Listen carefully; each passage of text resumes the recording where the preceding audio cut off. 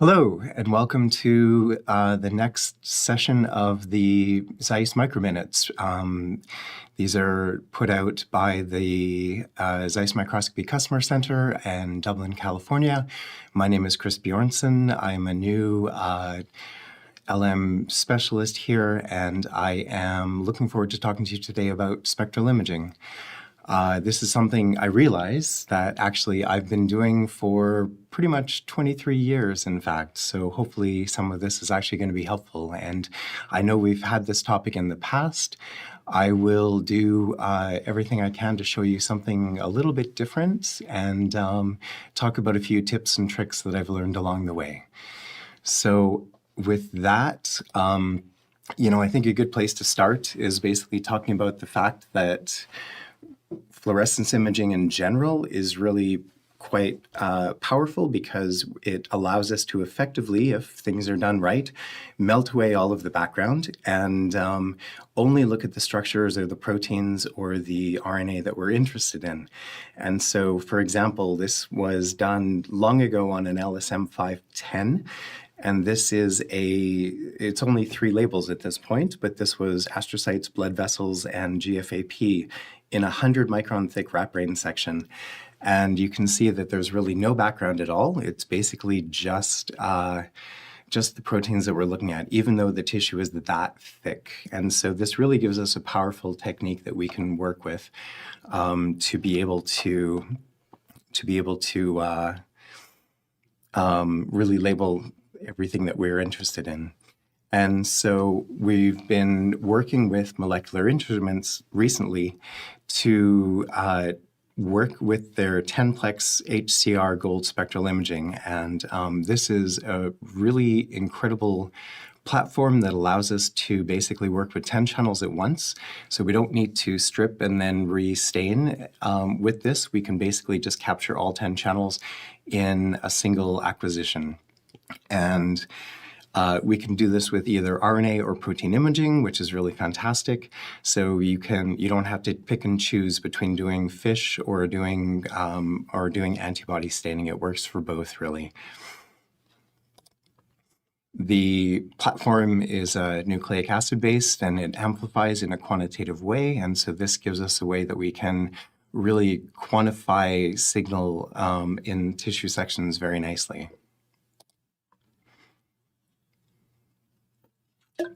What's even better about this is that working with this group, they've sent us all of the right controls. And so you can see the slide box here. And this has basically every control you could ever possibly want. We have the 10 labeled sample. We have single positive controls for everything, every single one of the labels. And we also have negative controls as well. We have background autofluorescence, and we also have a slide that was prepared with the true black that they're using to quench fluorescent signal as well. And so that is really helpful when we're trying to set up these kinds of acquisitions. We're looking at tonsil tissue in this case, and so we have really a combination of different cell differentiation markers. We have keratin, we have a few different 𝗶হি𝗳𝗀𝗀 for cell division, we have some cell differentiation markers like FOXP3, and so that's basically what we're going to generally take a look at today. The emission wavelengths for all of these are highly overlapping, as you can see here. And so this normally might present a problem, right? You would expect crosstalk between these different signals. But with the LSM980, we're able to basically tease these apart fairly easily. And it's worth mentioning as well, one of the things that I've learned over the years is that these overlapping spectra aren't really the big deal, actually. If we're doing spectral imaging using the quasar detector, or if we're setting very discrete bins as well, we can do. This is usually easy to tease apart. The killer usually is excitation overlap. And so if you have a detection range that captures different emissions, then it only gives you trouble if you're actually cross-exciting those floors in the first place. And so that can be a big deal.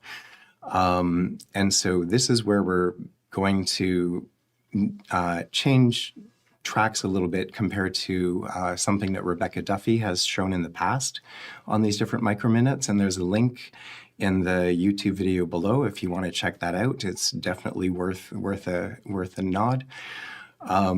So we're not going to do single track spectral imaging this time. We're going to end up doing instead multi-track imaging. And so this way we can very discreetly separate different channels and bins, and we can end up exciting with very specific lasers in combination so that we don't end up cross-exciting those fluorophores along the way.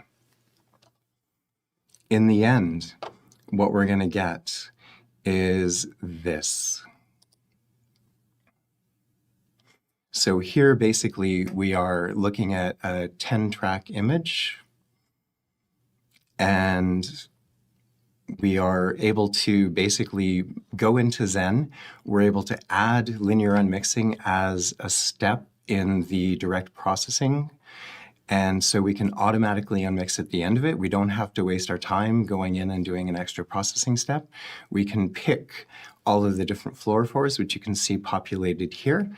And when we scan this image, you can see that we're going to end up getting a few different fluorophores. They're not, all of the fluorophores aren't necessarily in a particular region. If we did a tile, we could get more, but for the sake of brevity, we're going to do it this way for now. And with this,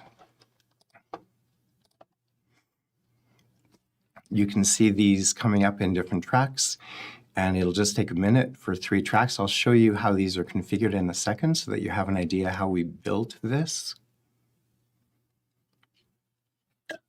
But you can see a couple of different signals coming up already. And you can see basically here all of the different channels coming up. We also have a residual channel here as well. The residual channel is a good way that you can actually tell whether or not any of the signals are not fingerprinted well, but I'll show you how we get a fingerprint in a second also.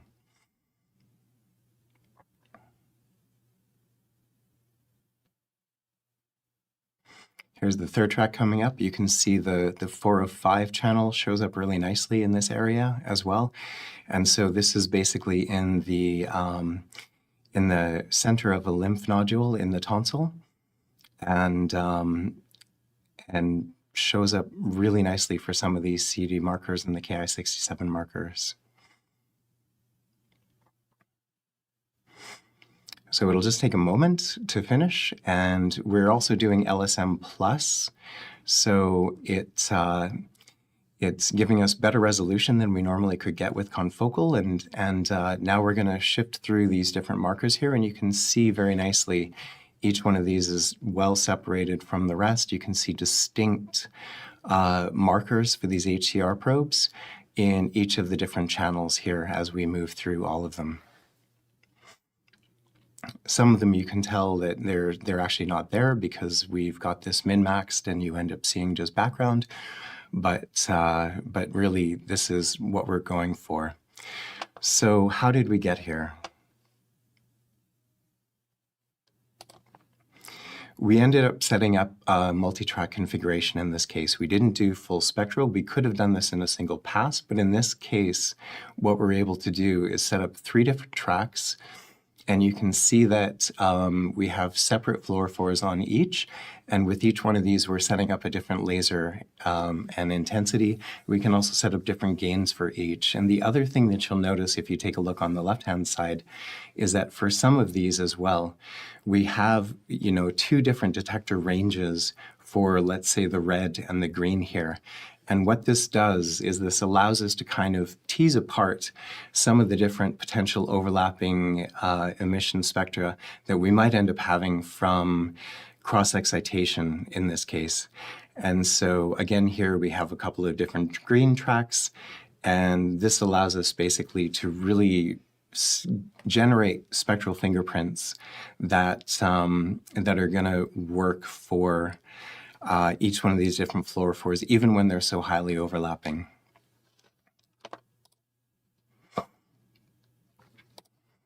And so just to give you an idea of what one of those might look like, you can see here that we have taken a single positive image, and this is for the 405 channel in this case. Nice strong signal in this region, and so we can work with the unmixing tab. We can use either a small region or we can use a crosshair to pick out a really nice bright individual spot, individual pixel. Oh, thank you. So here, sorry about that. Bright spots that we can easily see with the 405 single positive, and we can either use a small region or we can use a crosshair to end up generating a fingerprint. And you can see the unmixed fingerprint here. So very clean signal in the 405, not a lot of emission in the longer wavelengths. And this makes it really easy to work with this channel. And you can see a second one here. This is the 425. So very close spectrally, but this makes it gives us a very nice clean signal with the kind of multi-track configuration that we have set up here.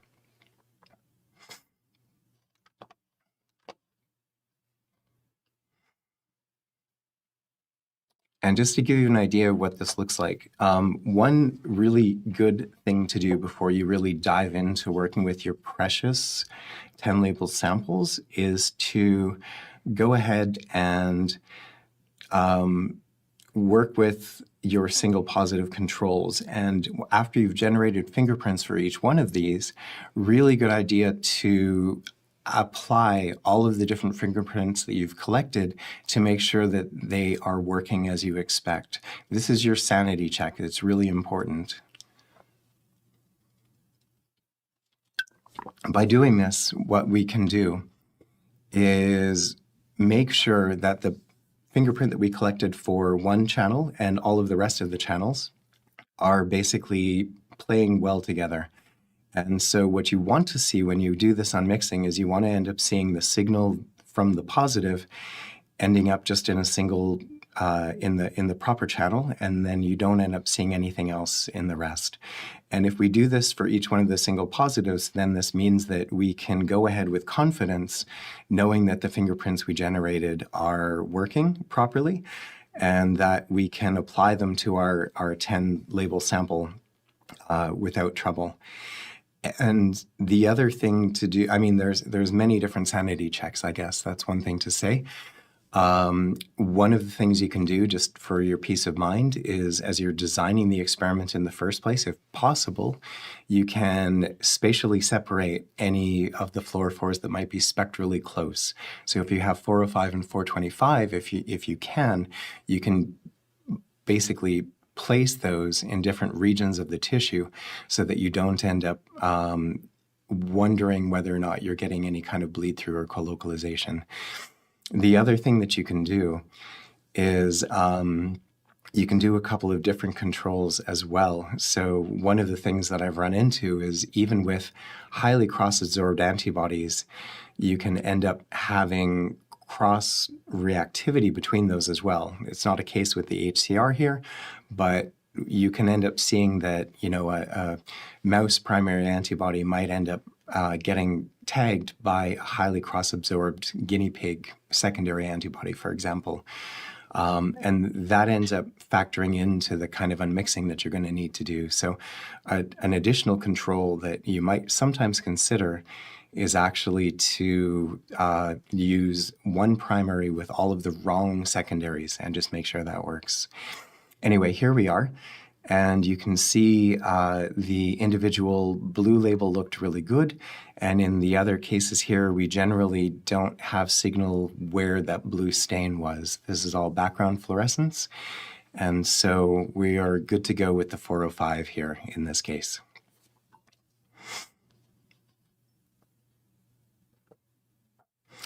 The other thing to mention is that, actually we did that already. How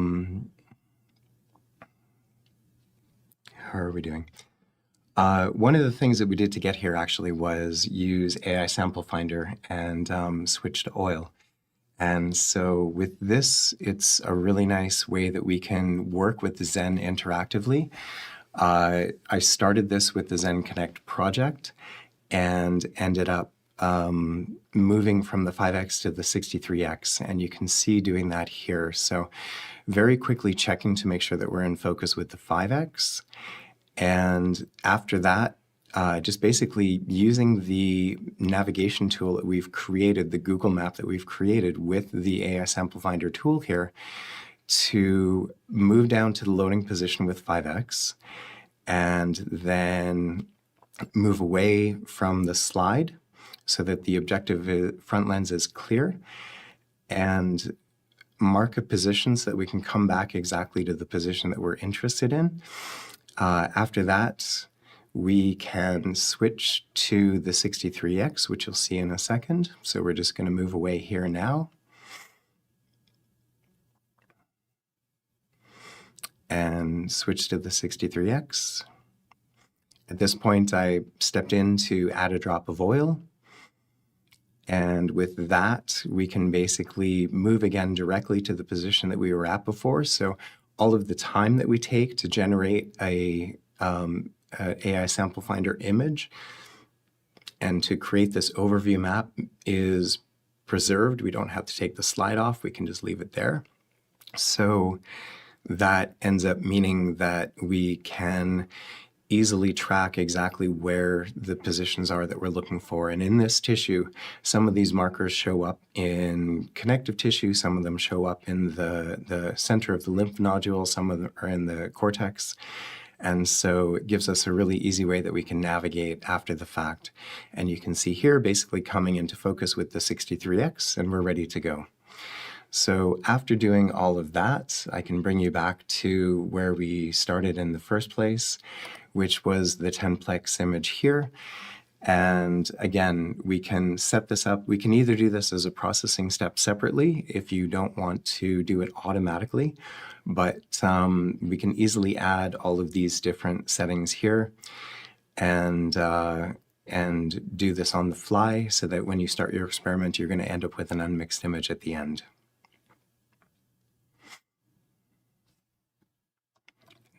We've kind of done this already, so I can skip past this a little bit, if I can find it.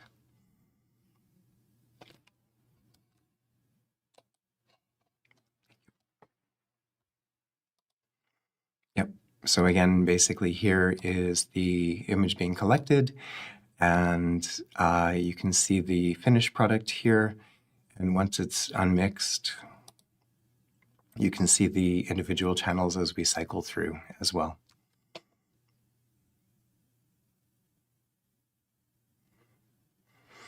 So again, this is a really fun project. It's a work in progress, and generating these different generating all of these different fingerprints and looking at the distribution of each of these markers across the tissue is a really powerful way to basically pack in a lot of information onto a single slide that might be from a patient sample or a precious sample, special, maybe monkey tissue, human tissue, those kinds of things that are very precious, hard to come by.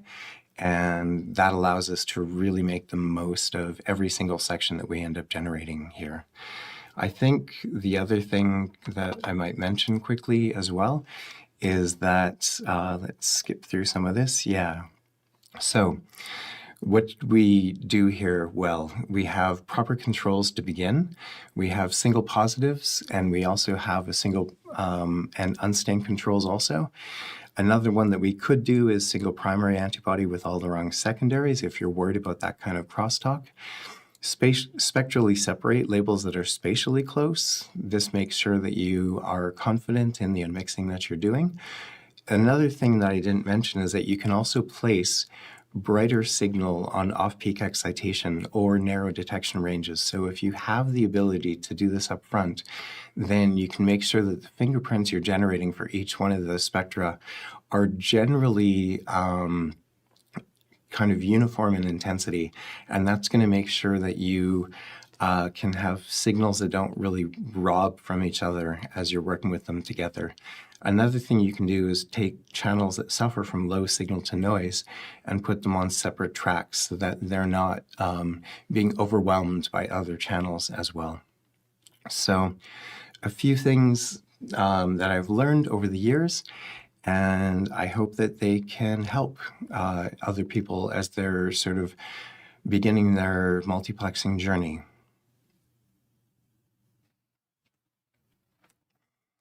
I'm here for questions if anyone has any. There's room in the chat if you'd like to type something in, and it doesn't have to be related to Spectral. It can be anything, to be honest.